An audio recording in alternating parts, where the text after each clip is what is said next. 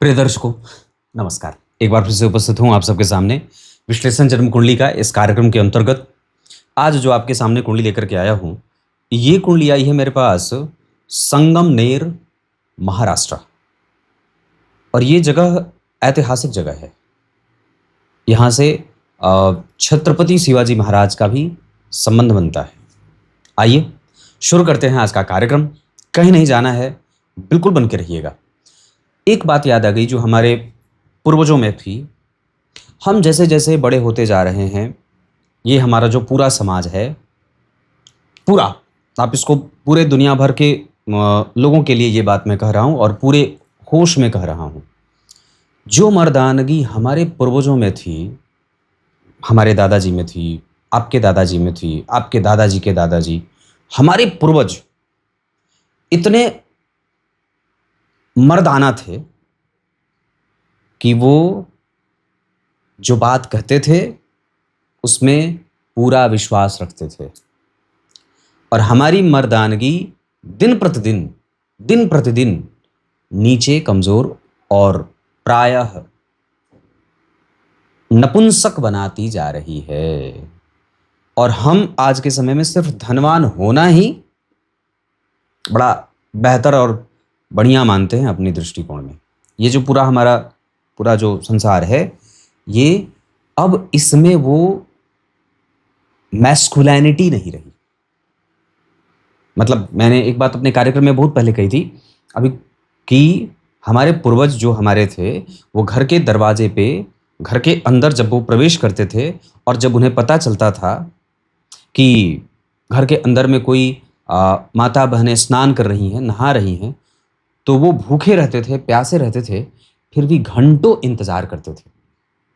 आज का युवा अपने ही घर के बेटी बहनों पे कामुकता से भरी दृष्टि देखता है। और वो आजकल के शब्दों में कहते हैं ना, कोई क्रश कहते हैं, शायद क्रश आता है उसको।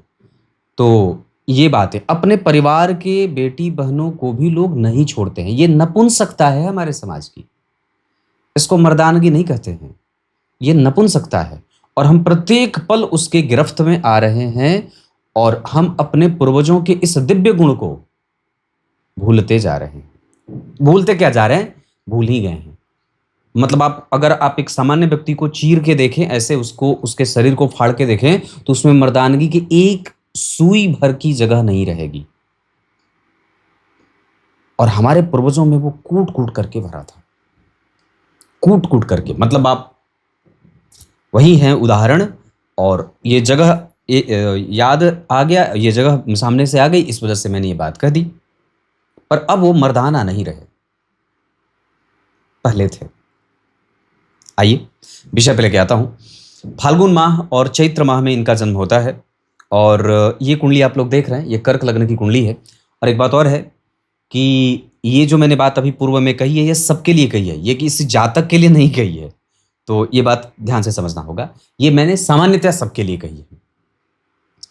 चैत्र माह, फाल्गुन माह का जन्म व्यक्ति प्रेमी किस्म का होता है। और आप देख रहे हैं कर्क लग्न की कुंडली है। शुक्र एकादशवें भाव में बैठे हैं, शनि उच्च के बैठे हैं, गुरु पंचम भाव में अकेले और पाप कर्त्री में जा रहे हैं। क्योंकि केतु वक्री होते हैं तो इनका प्रभाव पंचम भाव की तरफ बढ़ेगा, इस वजह से पंचम भाव प्रभावित होगा। चंद्रमा सप्तम स्थान में लग्नेश होकर के बैठे हैं। लग्न पे शनि, मंगल और सूर्य की दृष्टि जा रही है, चंद्रमा की दृष्टि जा रही है। यहाँ पे कर्क लग्न की कुंडली बनती है, यहाँ पे कुंभ लग्न की कुंडली बनती है, जो यहाँ के अष्टम भाव के अधिपति हैं। ये ठीक नहीं होता। यहाँ पे वृश्चिक राशि का निर्माण होता है, जो यहाँ के पंचम भाव के स्वामी हैं। ये सामान्यतया ठीक है, पर केंद्र खाली होने से यहाँ भी कारोबार में या व्यक्ति का जो करियर है वो थोड़ा ग्रोथ में कमजोर मालूम पड़ता है। पर ये बात करेंगे शुरू से लेकर के अंत तक।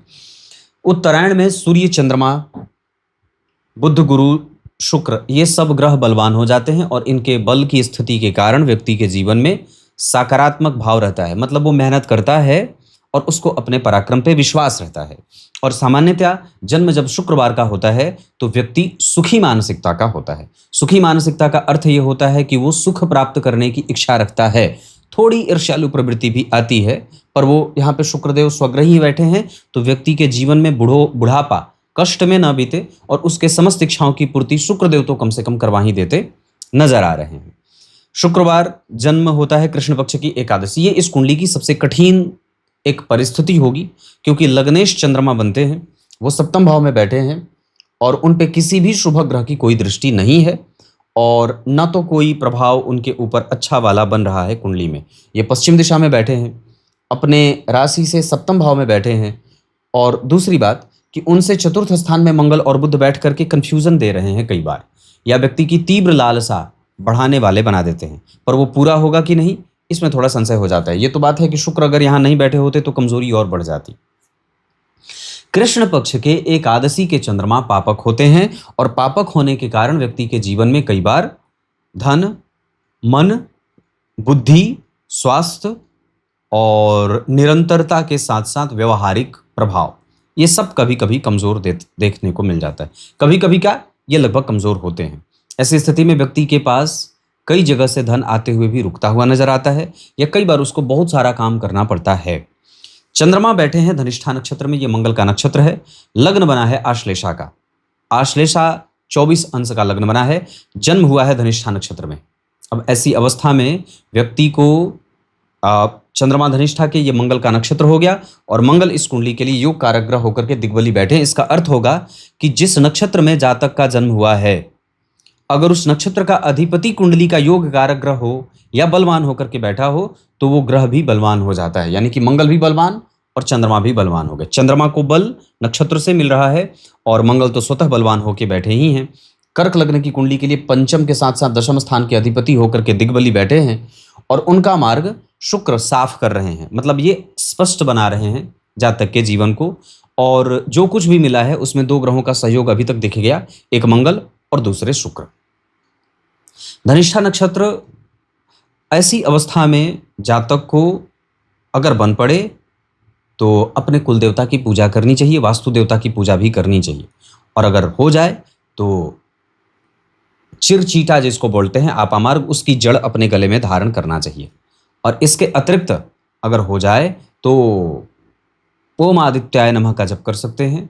इसके साथ साथ अगर बन पड़े तो किसी गुरु से दीक्षित होकर के, योग्य गुरु से दीक्षित होकर के अपने उस गुरु मंत्र का जप निरंतर करें, कम से कम 108 बार। ओम आदित्याय नमः का जप तो आप ऐसे बिल्कुल ही कर सकते हैं। धनिष्ठा नक्षत्र, साध्य योग, ये ठीक है।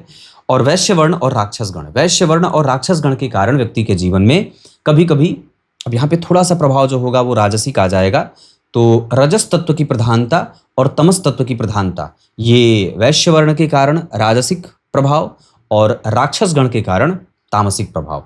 तो इन दोनों तत्वों से ये जो गुण हैं, गुण और अवगुण, सात्विक, राजसिक और तामसिक, इसमें रजस तत्व और तमस तत्व की प्रधानता ज्यादा देखने में जातक को मिल रही है या उनके प्रभावों से युक्त है। लेकिन इसे हमें बढ़ा करके अपने आप को सात्विक गुणों से नजदीक लेके जाना है, अपने आप को सात्विक बनाता है। सात्विक भोजन, सात्विक आहार विहार, सात्विक जीवन, सरल जीवन, सादा स्पष्ट वाणी और कोई शत्रुता किसी से नहीं।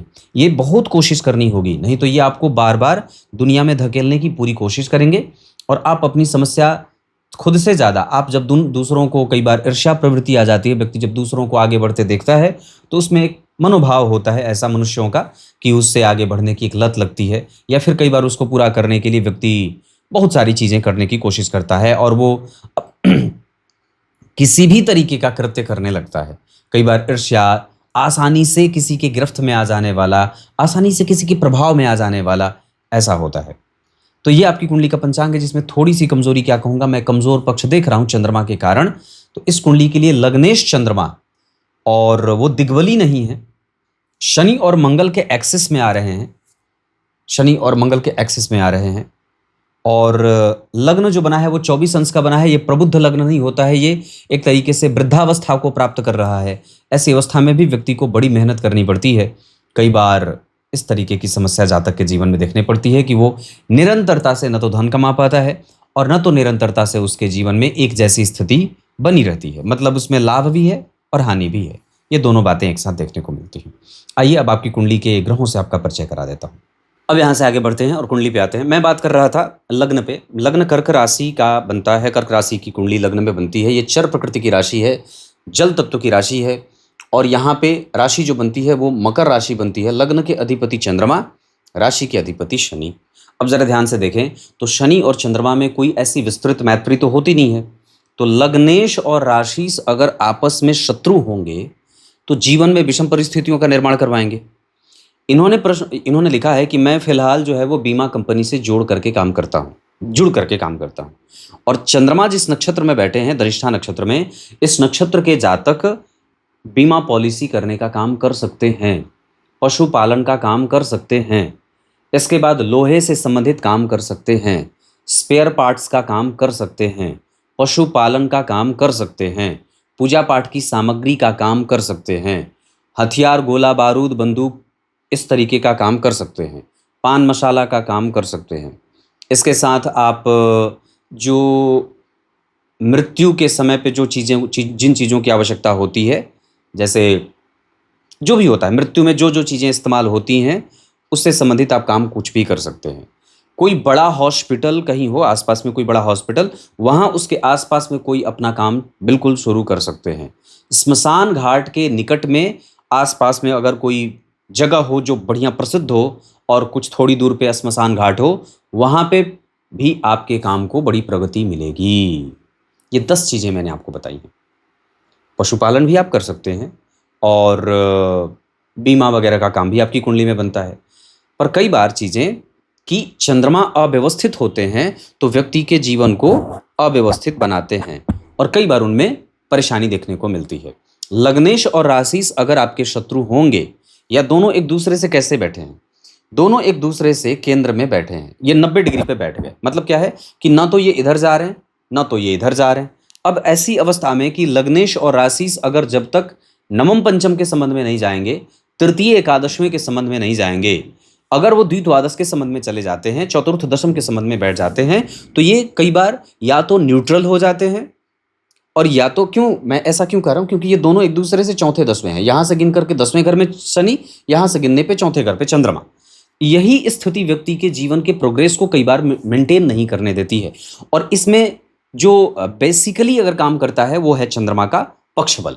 चंद्रमा का पक्ष बल कमजोर है और वो क्षण चंद्रमा के निकट हो रहे हैं, क्षण चंद्रमा की परिभाषा को सिद्ध कर रहे हैं। इस वजह से व्यक्ति के जीवन में समरसता नहीं होती। वो कई बार बड़ा ईर्ष्यालु हो जाता है, खूंखार हो जाता है, अत्यंत साहसी होता है और मन में बहुत सारे बैर भाव भी किसी दूसरे के प्रति पनप जाती हैं। ये मैं आपके ऊपर शिकायत की बात नहीं कर रहा, पर वस्तुतः ऐसे चंद्रमा कई बार करवा देते हैं। दूसरा, जो ईर्ष्या है, द्वेष है, छल है, कपट है, क्रोध है, मात्सर्य है, आलस्य है, ये सारी चीजें कहाँ से आती हैं? ये आती हैं चंद्रमा के अव्यवस्थित होने से। व्यक्ति की कुंडली का मन कितना पवित्र है ये चंद्रमा निर्धारित करते हैं। चंद्रमा से इस बात का निर्धारण होता है।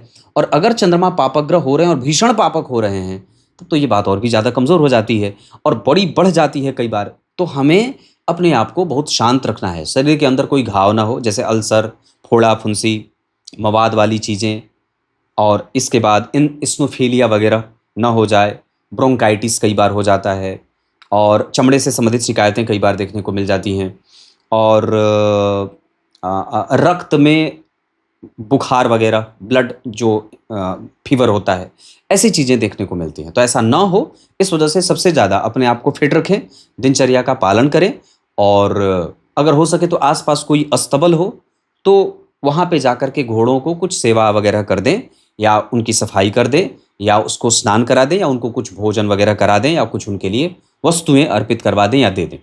इसके साथ साथ गायों की सेवा भी आपकी कुंडली में बनती है। गाय का पालना और गाय के संबंध से अपना जीवन चलाना, ये भी आपकी कुंडली में बनता है। लोहे का काम भी आपकी कुंडली में बनता है, आप वो चाहें तो वो भी कर सकते हैं। इन्होंने प्रश्न में ये विशेष पूछा था कि मुझे कौन कौन सा काम करना चाहिए। मंगल और बुध में मंगल ने बुध को पीड़ित किया है, क्योंकि बुध जो इस कुंडली के 12वें और तीसरे भाव के स्वामी हैं, दशम भाव में बैठे हैं। एक अच्छे भाव का स्वामी जब अच्छे भाव में बैठेगा तो वो अच्छाइयाँ उत्पन्न करेगा, पर एक अच्छे भाव के स्वामी नहीं होते हैं बुधदेव, और वो दशम स्थान में बैठे हैं। साथ ही साथ वो बुधदेव 7 अंश के बैठे हैं, सूर्य 24 अस्त हो जाएंगे तो बुध यहाँ अस्त भी हो जाएंगे। तो 12वें भाव के स्वामी और तीसरे भाव के स्वामी अस्त होने से अब व्यक्ति की कुंडली में मंगल अगर ठीक बैठे हैं, ठीक तो क्या बैठे हैं, वो भी अस्त ही होंगे, क्योंकि 8 अंश के वो भी बैठे हैं। तो मंगल और बुध दोनों ही सूर्य से अस्त हो जा रहे हैं। तो अब जरा ध्यान से देखें, तो इस कुंडली में जो पराक्रम का परिणाम व्यक्ति को नहीं मिल रहा है, वो क्यों नहीं मिल रहा? क्योंकि तृतीय भाव के स्वामी भी अस्त हैं और तृतीय भाव का कारक भी अस्त है। और एक बात है कि बुध अस्त हो रहे हैं तो 12वें भाव का अधिपति जब अस्त होगा तो व्यक्ति न तो घर पे कई बार सफल होते देखा जाता है, न तो घर से दूर सफल होते देखा जाता है। और केंद्र में ही शनि मंगल दोनों बैठे हैं। ये इस कुंडली की सबसे कठोर बात हो जाती है, जहां व्यक्ति के कंपटीशन को कई गुना बढ़ते हुए देखा जाता है। केंद्र में शनि मंगल व्यक्ति को भगोड़ेपन की प्रवृत्ति, जब शनि की 7.5 चल जाए, शनि की ढैया चल जाए, राहु की महादशा चल जाए, शनि मंगल राहु केतु का प्रभाव बढ़ा हो, तो व्यक्ति कई बार अपनी परिस्थितियों से नुकसान में जाने लगता है और इस कारण से उसका मानसिक दबाव कई गुना बढ़ जाता है। ऐसी अवस्था में हमें नित्य निरंतर अपने ठाकुर जी की पूजा करनी है, विष्णु सहस्त्र नाम का पाठ करना है, आदित्य हृदय का पाठ करना है, संकट मोचक गणेश स्तोत्र का पाठ करना है, संकटनाशक गणेश स्तोत्र का पाठ करना है। अभी तो शनि की दशा चल रही है। थोड़ा सा ध्यान आपको इस कुंडली के मारक और पापी ग्रहों पे लेके आता हूं। जन्म कुंडली के द्वितीय भाव के स्वामी होते हैं सूर्य, इस कुंडली के मारक भाव के स्वामी हैं, लेकिन उनका संबंध किसी भी तरीके से शनि मंगल राहु केतु या पाप ग्रह से नहीं बन रहा। इस वजह से वो सूर्यदेव मारक नहीं बनेंगे, उल्टे वो गुरु के प्रभाव में है। इस वजह से व्यक्ति को सैद्धांतिक भी कई बार अपनी दशा काल में बनाएंगे। मारक भाव का तो प्रभाव यहाँ पे कमजोर हो गया, मतलब सूर्य मारक होंगे नहीं। भाग्य भाव में बैठे हैं, गुरु से दृष्ट हैं, ये व्यक्ति को भाग्यशाली बनाएंगे। इसमें मैंने बहुत सारे सिद्धांत बताए हैं कि जब कभी भी भाग्य भाव का संबंध गुरु और सूर्य से हो जाए तो सूर्य बैठे हैं और गुरु की दृष्टि है, तो व्यक्ति अपने पूर्वजों का आशीर्वाद तो प्राप्त करता ही है, साथ ही साथ वो कभी भी किसी भी विषम परिस्थिति में अपने सिद्धांतों से कोई संतुलन नहीं बनाता है या सिद्धांतों के साथ कभी भी समझौता नहीं करता है। इस वजह से भी कई बार वो सामाजिक रूप से पिछड़ा हुआ महसूस करता है, क्योंकि बाकी के लोग समझौता कर लेते हैं और कई बार आप ये नहीं करते। और कई बार जब चंद्रमा धनिष्ठा नक्षत्र के होते हैं या आश्लेषा नक्षत्र का लग्न बन जाता है तो दो बातें वहां और भी स्पष्ट हो जाती हैं। ये आश्लेषा नक्षत्र का चंद्रमा है, सूर्य लग्न बना है, आश्लेषा नक्षत्र का तीसरा चरण। अब आश्लेषा नक्षत्र के अधिपति होते हैं बुध, लग्न के स्वामी बने हैं चंद्रमा। आश्लेषा नक्षत्र का लग्न बना, इसके स्वामी हो गए बुध। कर्क राशि बनी है, इसके स्वामी हो गए चंद्रमा। और आश्लेषा नक्षत्र के तीसरे चरण के अधिपति होते हैं शनिदेव। अब जरा ध्यान से देखें तो शनि, चंद्रमा और बुध का आधिपत्य लग्न पे बन गया। अब ये होता क्या है कि शनि और चंद्रमा आपस में शत्रु होते हैं और ये केंद्र में ही बैठ गए। इस वजह से व्यक्ति के मानसिक सुखों में कई बार भेद पैदा होता है।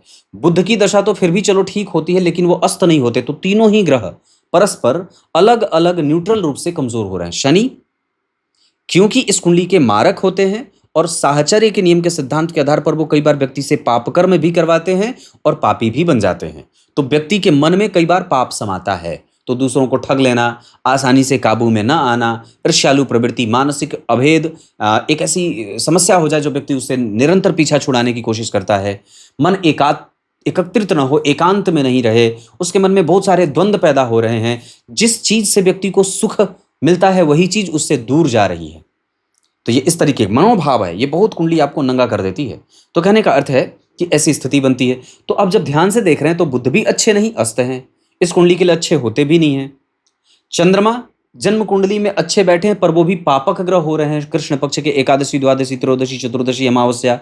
और शनि तो पहले ही इस कुंडली के मारक ग्रह होते हैं और पापी भी होते हैं। उच्च के होकर के मारक ग्रह का उच्च का होना, आचार्य वराहमिहिर ने लिखा कि किसी भी स्थिति में सभी ग्रहों का बलवान होना उत्तम होता है, लेकिन शनिदेव का बलवान होना जातक के कष्टों का कारण बन जाता है। तो जो व्यक्ति ज्योतिषी के चक्कर में पड़ा है, जो व्यक्ति अपने समस्याओं को दूर हटाना चाहता है और वो जो समस्या उसको लंबे समय तक उसकी समस्या खत्म ही नहीं होती है, क्योंकि लग्न पे शनि की दृष्टि है। आपकी कुंडली का मारक ग्रह लग्न को देख रहा है ना जी, और वो उच्च का होकर के बलवान होकर के बैठा है।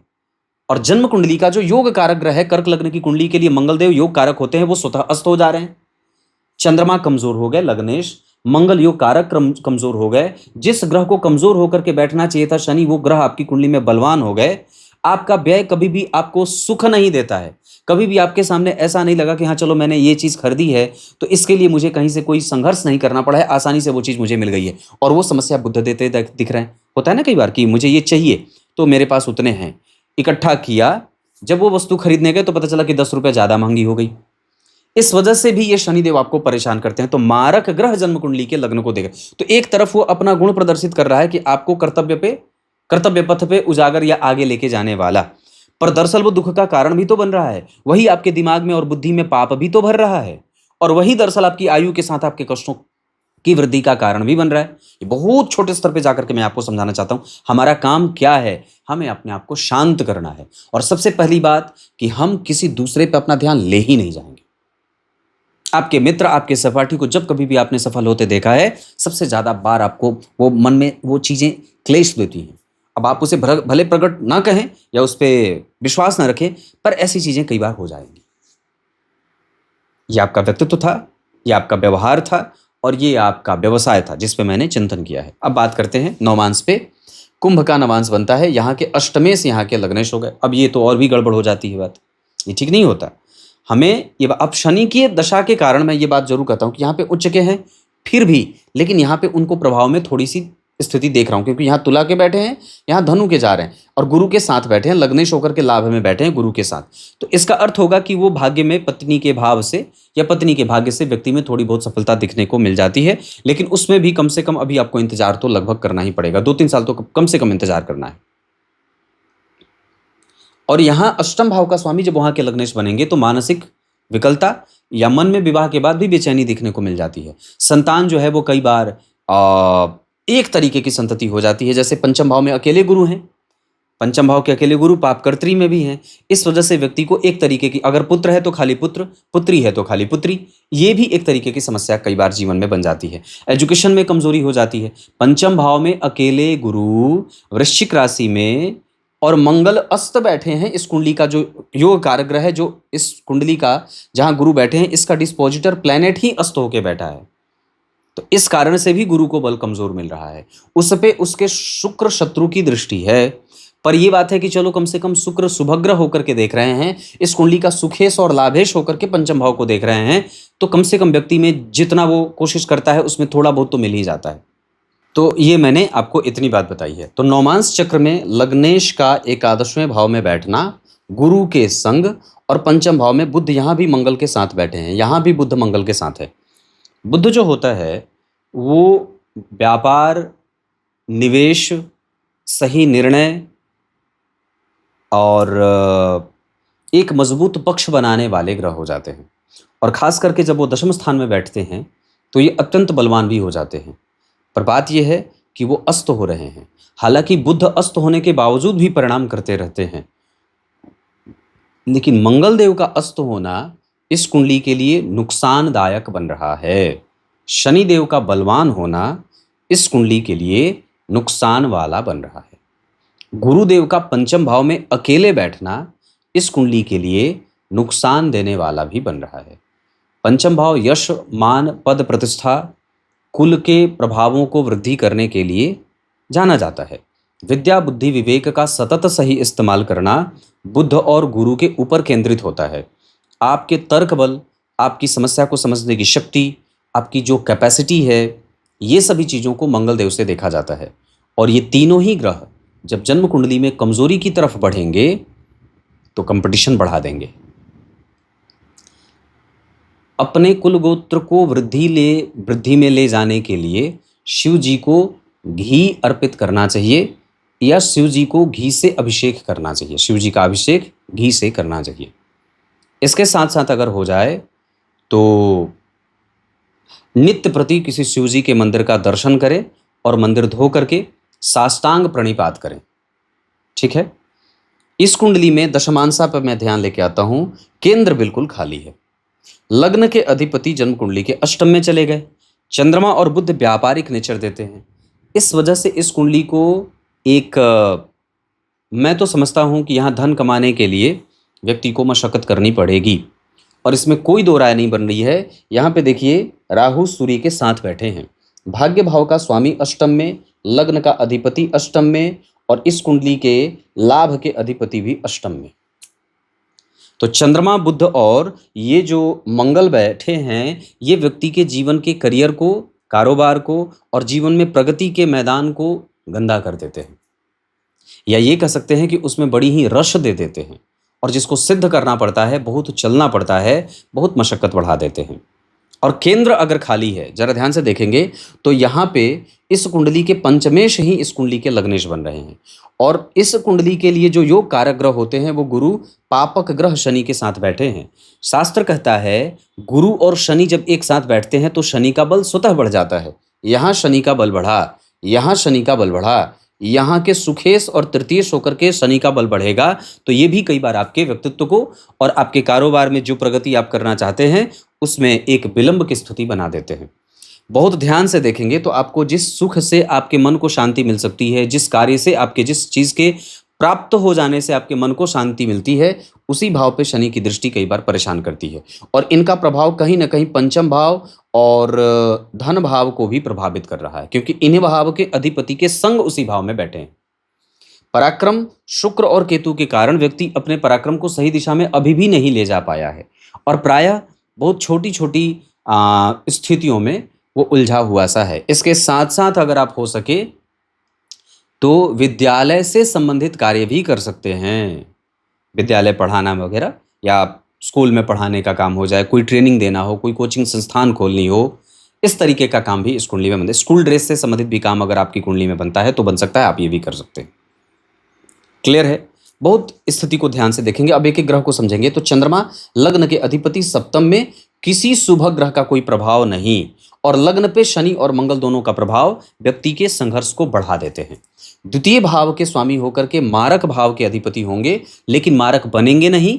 इस वजह से सूर्य देव यहाँ जातक को चरित्रमान बनाने वाले बन रहे हैं, और व्यक्ति के पास अगर रहे तो वो दान भी करने वाला बनता है। गुरु की दृष्टि और लग्न पे शनि की दृष्टि, गुरु शनि की दृष्टि व्यक्ति को सैद्धांतिक बनाएगी, पुराणों का अध्ययन करने वाला, ज्योतिष शास्त्र में रुचि रखने वाला, और अपने नियम का पक्का या अपने नियम का पालन करने वाला होता है, प्रबुद्ध होता है, न्याय प्रिय भी होता है। पुराणों में उसकी रुचि रहती है और वो दान पुण्य करने वाला होता है। दान पुण्य करने का बल दो तरीके से लागू होता है, एक सूर्य के नवम भाव में बैठने के कारण, और दूसरा गुरु और शनि जब एक साथ एक्टिव होंगे तो व्यक्ति का दान बल बढ़ेगा, धर्म बल बढ़ेगा, तीर्थ बल बढ़ेगा। उसके बाद शनि और मंगल जब दोनों एक साथ एक्टिव होंगे तो व्यक्ति का मन विचलित होगा, परिवार में कलह के वातावरण बनेंगे। गुरु और सूर्य जब एक साथ एक्टिव होंगे तो व्यक्ति का चरित्रवान होने का गुण बढ़ेगा और उसमें सत्कर्म करने का भाव बढ़ेगा। उसके साथ साथ उसके सैद्धांतिक पक्षों में वृद्धि भी होगी। वहीं गुरु और शुक्र जब एक साथ महादशा अंतरदशा में बढ़ेंगे या एक्टिव होंगे तो भी व्यक्ति के जीवन में अनुभवों की वृद्धि होगी और कई बार वो अपने आप को शांत होता हुआ महसूस करेगा। वहीं शनि और सूर्य जब एक साथ एक्टिव होंगे तो व्यक्ति का मन परेशान होगा। शनि और मंगल, राहु आदि ग्रह तीनों एक साथ अगर एक्टिव होंगे तो ये इस कुंडली के मारक भावों के रूप में भी कई बार परेशान करने वाले हो जाते हैं। इसके अतिरिक्त इस कुंडली में मंगल और बुध जब एक साथ एक्टिव होंगे तो व्यक्ति के विचारों में वो संप्रेषण की जो कला है वो प्रायः मंद हो जाएगी, कमजोर हो जाएगी, और जिस एनर्जी के साथ व्यक्ति को समाज में आना चाहिए उस एनर्जी को वो कमजोरी से महसूस करता है। उसी गुरु और महादशा शनि में या शनि की महादशा में गुरु का अंतर जो आएगा वो भी जातक के प्रभावों को कमजोर करने वाला और व्यय में जोड़ने वाला भी दिखा रहा है। साथ ही साथ मन अशांत और बेचैन प्रायः रहने लगता है। बात कर रहा था बुध देव की, तो यहाँ तीसरे भाव के स्वामी होकर के जन्म कुंडली के दशम स्थान में व्यक्ति अपने पिता को देगा। एक एक लाइन की बात है। और कम से कम एक बात और भी याद रखिए कि तृतीय भाव के स्वामी हैं, दशम में बैठे हैं, अस्त होकर के बैठे हैं, तो व्यक्ति को मेहनत ज्यादा करनी पड़ेगी। यहाँ फिर से व्यक्ति का संघर्ष उसके भाइयों से और उसके पराक्रम से होने लगता है। कई बार वो अपने पराक्रम को कई बार बहुत उम्र तक किसी दूसरे ऐसे काम में खर्च करता है जिससे उसको कोई भी लाभ प्रायः नहीं मिलता। पंचम भाव के अकेले गुरु ठीक नहीं होते। ये तो बहुत अच्छी बात है कि कम से कम वो वृश्चिक राशि में बैठे हैं जिसका अधिपति ठीक ठाक बैठा है और सूर्य के शुक्र का प्रभाव है। अगर ये कुछ भी स्थिति नहीं होती तो आपको जो संतति हुई है और जो यश आपने और जो एजुकेशन प्राप्त किया है वो भी आपको नहीं मिलता। फिर वो बिल्कुल ही नेग्लेजिबल, बिल्कुल ही सामान्य से भी कमजोर ग्रह के रूप में अपने आप को प्रभावित कर लेते। और एक बात और है, इस कुंडली में चतुर्थ स्थान के अधिपति होते हैं शुक्रदेव, एकादशवें में स्वग्रही गुरु से दृष्ट, दूसरों की सहायता से ही सही, और सामाजिकता ऐसी रहती है कि लोगों के सहयोग से ही सही पर आपको घर तो मिल ही जाता है, लेकिन उसको पाने में आपको दूरी तय करनी पड़ती है, मतलब आसान नहीं होता। और कई बार व्यक्ति झगड़ालू भी होता है, कठोर भी बोलता है, कई बार निर्दयता से किसी के साथ व्यवहार भी कर देता है और अपनी महत्वाकांक्षा की पूर्ति के लिए कई बार गुरु सूर्य तो नहीं कर पाएंगे, पर शनि के एग्रेशन के कारण कई बार व्यक्ति गलत कदम भी उठा लेता है और धर्म के विरुद्ध भी आचरण करने लग जाता है। पंचम भाव के स्वामी होते हैं मंगलदेव, दशम स्थान के स्वामी हैं। अस्त नहीं होते तो अच्छा होता, अस्त हो गए हैं, इस वजह से कमजोर भी हो रहे हैं। और पंचम भाव में बैठे हैं देवगुरु बृहस्पति और चतुर्थ स्थान में बैठे हैं शुक्रदेव, शनिदेव, जो अष्टम भाव के स्वामी होकर के इस कुंडली के लिए मारक बनते हैं। और अष्टमे सोने होकर के चतुर्थ स्थान में बैठ करके ये एक तरीके से कुहू योग का निर्माण करते हैं, जिसके कारण कई बार पिता से भी मतभेद होता है और कई बार माता और पिता के साथ भी मतभेद देखने को मिलता है, या व्यक्ति के कारण, जातक के कारण कई बार माता और पिता में भी मतभेद होता है। मतलब उनके कारण माता और पिता, चाहे करियर के कमजोर होने के कारण कहें, या दाम्पत्य के कमजोर होने के कारण कहें, या संतान के कारण कहें, या स्थिर संपत्ति को प्राप्त न होने के कारण कहें, माता और पिता भी प्रायः चिंता से ग्रस्त रहते हैं। घर में थोड़ा बहुत कलह का वातावरण भी मचा रहता है, कुटुंबजन सहयोगी साबित नहीं होते हैं। पंचम भाव के अधिपति होकर के मंगल अस्त हैं, अगर वो अस्त नहीं होते तो मनचाही संतति प्राप्त होती और अब तक आप और भी ज्यादा ग्रोथ कर चुके होते, पर वो कमजोर हो रहा है, इस वजह से इसको ठीक करना होगा और मैं उसका उपाय बताऊंगा। छठवें भाव के अधिपति होते हैं देवगुरु बृहस्पति, पंचम भाव में बैठे हैं और चतुर्थ भाव के अधिपति से ऐसी स्थिति में व्यक्ति को कई बार प्राइवेट नौकरी भी करते देखा जाता है और उसको जितना मिला है ना, मतलब जितनी चीजें उससे मिली हैं उससे ज्यादा का उसके पास ज्ञान है, अनुभव उससे ज्यादा का है, उससे ज्यादा क्रेडिट किसी दूसरे को मिल जाता है, पुरस्कार उसको न मिल करके किसी दूसरे को मिल रहा है, मेहनत का फल उसको न मिल करके किसी दूसरे व्यक्ति को मिल रहा है। और यह ऐसा क्यों होता है? क्योंकि छठवें भाव के अधिपति पे चतुर्थ और छठवें भाव के स्वामी का एक दूसरे के साथ संबंध में जाना कई बार ऐसी परेशानी देते हैं। हालांकि एक बात मैं और भी कहूंगा कि सूर्य, बुध और शुक्र की जो स्थिति बनी है ये इस कुंडली के लिए सबसे अच्छी बातों में से एक हो सकती है। ये तीनों एक साथ बैठे हैं नहीं हैं, ये इस कुंडली की सबसे सकारात्मक बात हो सकती है। जो किसी भी तरीके से आपको जो कुछ भी मिल रहा है वो इनके कारण मिल रहा है। जीवन में जो संघर्ष है वो शनि और मंगल के केंद्र में आपस में एक दूसरे के सामने आमने होने के कारण है। जो यश प्रतिष्ठा नहीं मिली है वो देवगुरु बृहस्पति के पाप कर्तरी में होने के कारण नहीं मिली है। जो कमजोरी है, जो विलंब हो रहा है, जो जीवन में कष्ट मिल रहा है वो शनि के लग्न पे देखने के कारण हो रहा है। सप्तम भाव के साथ साथ अष्टम भाव के स्वामी होते हैं शनिदेव। इस कुंडली में वो चतुर्थ स्थान में बैठे, ये बहुत अच्छे नहीं है और वो बहुत ज्यादा अच्छे नहीं है। इस वजह से भी कई बार, हालांकि अच्छे मतलब मजबूत बैठ गए हैं कह सकते हैं, इस कारण से कई बार उनका मजबूत होना ही जातक के लिए संघर्षों का कारण बन जाता है। नवम भाव के स्वामी पंचम भाव में, ये पितरों का आशीर्वाद कम से कम मिल जाता है। भाग्य भाव में गुरु और सूर्य का संबंध, व्यक्ति का सैद्धांतिक पक्ष बड़ा बढ़िया रहता है। दशम स्थान के अधिपति दशम स्थान में लेकिन अस्त हैं, शनि से प्रभावित हैं, कोई शुभ ग्रह का कोई प्रभाव नहीं, उल्टे उन्होंने बुध को भी पीड़ित कर दिया है। इस कारण से व्यक्ति का साहस, धैर्य, उत्साह, ऊर्जा और जहां पे एनर्जी लगानी है उसमें वो नहीं लगा पाता है, या पराक्रम का पूरा फीडबैक व्यक्ति को नहीं मिलता है। एकादशवें भाव के अधिपति होकर के एकादशवें भाव में कम से कम ये ठीक बैठे हैं और मैं इनसे कुछ प्रसन्नता से बात तो कर ही सकता हूं, और कम से कम इनके प्रभाव में एकादशवें भाव में स्वग्रही होने के कारण ये ग्रह आपके साथ अनुकूलता से खड़ा है, इसमें कोई दो राय नहीं है।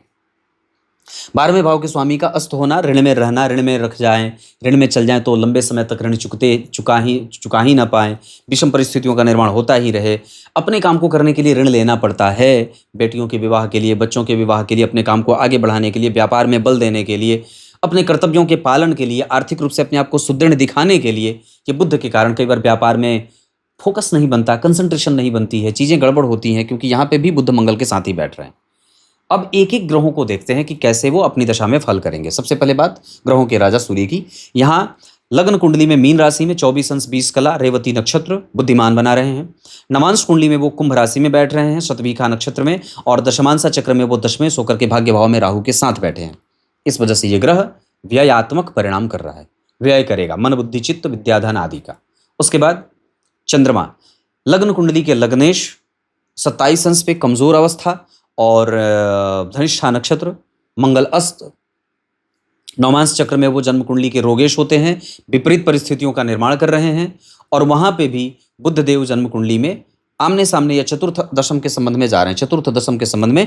इस वजह से व्यक्ति विवाह के बाद, विवाह के पहले सोचता है कि चलो कुछ लाभ हो जाएगा, पर वहां पे भी वो एक स्थिरता ही प्रायः देखने को मिलती है, उसका भी कोई विशेष सपोर्ट नहीं मिलता है। हालांकि फिर भी इमोशनल संबंध ठीक ठाक देख रहा हूँ। शनि मंगल यहाँ भी आमने सामने जा रहे हैं, ये भी बहुत अच्छी बात नहीं, इस वजह से ही संघर्ष जातक का है और बाकी कोई कारण नहीं है। चंद्रमा की दशा व्यक्ति के जीवन को भाग्य में कमजोरी देती है और कई बार वहाँ जातक यश प्राप्त करने की कोशिश करता है।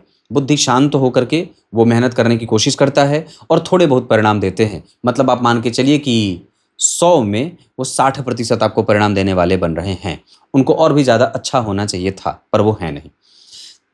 मंगल देव दशम स्थान में बैठे हैं अकेले 8 अंश के। अवस्थागत तो ठीक है, पर अस्त होने के कारण उनका बल कमजोर हो रहा है और वो इस वजह से भी कई बार यश, मान, पद, प्रतिष्ठा, संतान और करियर का ग्रोथ कमजोर कर रहे हैं। लेकिन फिर भी वो आपको साहसी तो बना रहे हैं, जिद्दी, हठी, क्रोधी, गुस्सैल तो बना रहे हैं। तो इनका ये नेगेटिव भी हो जाता है कई बार। मंगल दशमांशा चक्र में स्थिति के आधार पर वहां लग्नेश होकर के अष्टम भाव में बैठ रहे हैं, ये भी संघर्ष की स्थिति बन जाती है। नवमांशा चक्र में वो मंगल जाकर के बैठ रहे हैं मिथुन राशि में, इस वजह से उनकी दशा काल में आपको मेहनत ज्यादा करनी पड़ रही है। या व्यक्ति कम से कम उस दशा काल में, छोटे ही हो, चाहे मंगल की अंतरदशा ही क्यों ना हो, प्राणांतर सूक्ष्मांतर ही क्यों ना हो, उसमें व्यक्ति मेहनत करने को हाजिर हो जाता है या मेहनत करने के लिए उपस्थित रहता है। बुधदेव आपकी कुंडली में मेष राशि में बैठे हैं अश्विनी नक्षत्र में 7 अंश। नवमांश चक्र में वो मिथुन राशि में, दशमांशा चक्र में अष्टमेश होकर के अष्टम भाव में बैठ रहे हैं। इस वजह से बुध की दशा आपको मेहनत करवाएगी और कई बार आपसे गलत निर्णय भी करवा सकती है। देवगुरु बृहस्पति आपकी कुंडली में 17 अंश के वक्री हैं। वक्री हो जाने से उनका प्रभाव फ्लक्चुएशन में भी जा रहा है और कई बार वो आपको और आपकी माता को मतभेदों में ले जा रहे हैं, मानसिक शांति में अवरोध पैदा करते हैं या माता को रोगी बना देते हैं। देवगुरु बृहस्पति नवमांश चक्र में मिथुन राशि के धनु राशि में जा रहे हैं। इस वजह से देवगुरु बृहस्पति काफी हद तक आपको धन देने वाला बन रहा है। मतलब गुरु की दशा आपको धन दे सकती है। इसका अर्थ होगा कि पीछे जो दशा गई है उसमें कुछ आपको मिला जरूर था, पर वस्तुतः एक वक्त पे आने के बाद वो ग्रह निगेटिव होता रहा और उसने आपके रखे हुए पैसे प्रायः नष्ट भी कर देते हैं। ये देवगुरु बृहस्पति हैं जो नवांश कुंडली में मूल नक्षत्र के बैठे हैं 3 अंश के, वहां पे भी वो वक्री हैं, पापग्रह का प्रभाव उन पे ज्यादा है, कोई शुभ प्रभाव नहीं है। इस वजह से प्रायः उनके जीवन में या उनकी दशाओं में जातक को घर्षण मिलती है। दशमांशा चक्र में वो प्रायः थोड़े बहुत संघर्षों के साथ ही परिणाम देते हुए दिख रहे हैं। शुक्रदेव आपकी कुंडली में एकादशवें भाव में 0 अंश पे कृतिका नक्षत्र में बैठे हैं। सूर्य जन्म कुंडली में ठीक ठाक है। नवमांश चक्र में वो शुक्र 12वें जा रहे हैं और दशमांशा चक्र में वो गुरु शुक्रदेव जो हैं वो 3रे नंबर की राशि में जा रहे हैं। इस आधार पर वो ग्रह आपको यश, प्रतिष्ठा, धन, मान आदि तो दे रहा है, इसमें कोई दो राय नहीं है, लेकिन उसने पत्नी के कारण व्यय भी दिया है, ये भी बात दिखाई दे रही है। और कई बार पत्नी के स्वास्थ्य के पीछे भी व्यक्ति को परेशान होना पड़ता है, कई बार ऑपरेशन वगैरह की नौबत आ जाती है। शुक्रदेव के बाद शनिदेव 8 अंश के बैठे हैं, स्वाति नक्षत्र में उच्च के बैठे हैं, राहु से दृष्ट है, मंगल का प्रभाव है। नवमांशा चक्र में वो ग्रह आपसे मेहनत करवा रहा है और कई बार आपके भाग्य में अवरोध भी पैदा कर रहा है। इतना ही नहीं, नवमांश चक्र में वो 16 अंश के बैठे हैं, वहां पे वो लग्नेश होकर के एकादशवें भाव में बैठे हैं। इस वजह से काफी हद तक वो कुछ हद तक पत्नी के भाग्य से आपको प्रगति में लेके जाते हुए दिखाई दे रहे हैं और कई बार वो आपको संपत्ति और मानसिक सुख में कमजोरी भी देने वाले बन रहे हैं। राहु और केतु आपकी कुंडली के लिए परेशान करने वाले ग्रह बन रहे हैं, उनके पास कोई बल प्राप्त नहीं हो रहा है। क्यों नहीं हो रहा है? क्योंकि जिस नक्षत्र में बैठे हैं उस नक्षत्र का अधिपति इस कुंडली में अस्त है, जिस राशि में बैठे हैं उस राशि का अधिपति स्वतः बुध भी इस कुंडली के लिए अस्त है। उस राहु के ऊपर किसी भी शुभ ग्रह की कोई दृष्टि नहीं है, उल्टे वो 12 में बैठे हैं। लग्न पे शनि मंगल का प्रभाव, लग्नेश के ऊपर किसी शुभ ग्रह की कोई दृष्टि नहीं है। इस वजह से जीवन में संघर्ष की स्थिति बन जाती है। करना क्या है, इस पे आते हैं। सबसे पहले शिव मंदिर का दर्शन, सूर्य को अर्घ, ओम वशुभ्यो नमः इस मंत्र का जप, और अगर हो सके तो घर में गुलाब और कमल के पुष्प की क्यारियां बनाएं, ठाकुर जी को गुलाब के पुष्प की माला अर्पित करें। देवी मैया को प्रसन्न करने के लिए नित्य देवी कवच का पाठ आरंभ करें। अपने दिन की शुरुआत उसी चीज से करें। पूजा पाठ करके खत्म हो जाए, उसके बाद आप अपने काम पे चले जाएं। उस काम पे जाने के बाद या काम पे जाने से पहले घर में एक घी का दीपक जला करके घर के मध्य हिस्से में रख करके माता और पत्नी दोनों का आशीर्वाद और स्नेह प्राप्त करके तब उस घर से बाहर निकले। इसके साथ साथ अगर हो सके तो अपने घर से बाहर निकलते समय अपने वास्तु देवता को प्रणाम करके तब घर से बाहर निकले और एक घी का दीपक जला करके तब ये काम करना ही होगा। उसके साथ साथ नित्य प्रति लक्ष्मी जी की तस्वीर के सामने एक घी का दीपक और शंख का जल उनके सामने सदैव भर करके रखें। शंख में चावल भर करके रखें और अगर हो सके तो प्रत्येक दिन घर में शंख ध्वनि जरूर करें। याद रखें, पूजा करने का शंख अलग हो सके तो उसे खाली कभी भी ना रखें।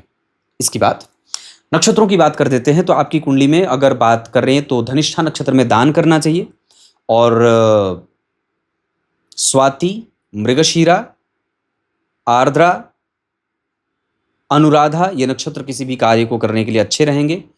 इस कुंडली के लिए अंक 5 अच्छा रहेगा।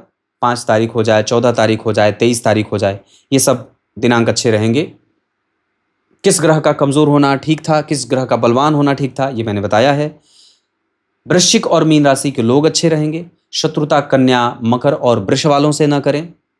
इसके अतिरिक्त अगर मैं बात करता हूं तो आपकी कुंडली में थोड़ा बहुत संघर्ष तो है, और इसमें कोई दो राय नहीं है कि एक लाजवर्त धारण करने से आपको लाभ भी होगा। सुंदरकांड का पाठ और नित्य बजरंगबली के मंदिर का दर्शन, देवी मैया के मंदिर का दर्शन आपको लाभान्वित करेगा। होरा चक्र के आधार पर अगर मैं बात करता हूं तो दशाओं के क्रम में सारे ही ग्रह आपको मेहनत करने के बाद ही परिणाम दे रहे हैं, एकमात्र शुक्र को छोड़ करके। भवन, भूमि, वाहन आदि का सुख आपकी कुंडली में मेहनत करने के बाद हो रहा है। माता पिता का सुख आपकी कुंडली में अच्छा है, और मैं समझता हूं कि वो सबसे बड़ा सुख है। संतति वगैरह के मामले में भी थोड़ी बहुत कमजोरी आपकी कुंडली में देखने को मिल रही है। इस वजह से बहुत सावधानी से गर्भधारण करें, और गर्भाधान संस्कार होता है वो सुनिश्चित करें, उसके बाद ही गर्भाधान संस्कार करें। आधान काल का निर्धारण आवश्यक होगा। राहु और केतु मानसिक चिंताएं दे रहे हैं, माता को रोगी बना रहे हैं। बुध, मंगल और शनि आपके विचारों को परेशान कर रहे हैं, जबकि देवगुरु बृहस्पति कई बार भुजाओं में दर्द दे रहे हैं, गर्दन और कंठ की समस्याओं को देने वाले बन रहे हैं। शुक्रदेव आपकी कुंडली में ठीक बन रहे हैं। चंद्रमा नियमित रूप से आपको दिनचर्या के पालन करने में दिक्कतों का सामना करवा रहे हैं। इसके साथ साथ आपकी कुंडली में पूजा पाठ, धर्मशास्त्र, इन सभी विषयों का अध्ययन आवश्यक है। और अगर बन पड़े तो अपने मन को शांत रखें। पंचम भाव पूर्व जन्म का होता है। पुण्य करके आप आए हैं, लेकिन वो पीड़ित हो रहा है, मतलब कुछ पाप भी हुए थे। लग्न पे शनि मंगल का प्रभाव व्यक्ति को संघर्षों में डालने वाला होता है, और व्यक्ति का जीवन 100 लोगों से अलग होता है, अलग बीतता है, या उस जीवन में घटने वाली घटनाएं प्रायः 150,000 लोगों से अलग होती हैं। इस वजह से आपको अपने जीवन में प्रूफ करना पड़ता है। कुटुंब वगैरह का सुख आपकी कुंडली में सामान्यतया भाग्य के साथ है, वो लाभकारी उतना नहीं है। क्लियर है? तब तक के लिए बहुत बहुत नमस्कार।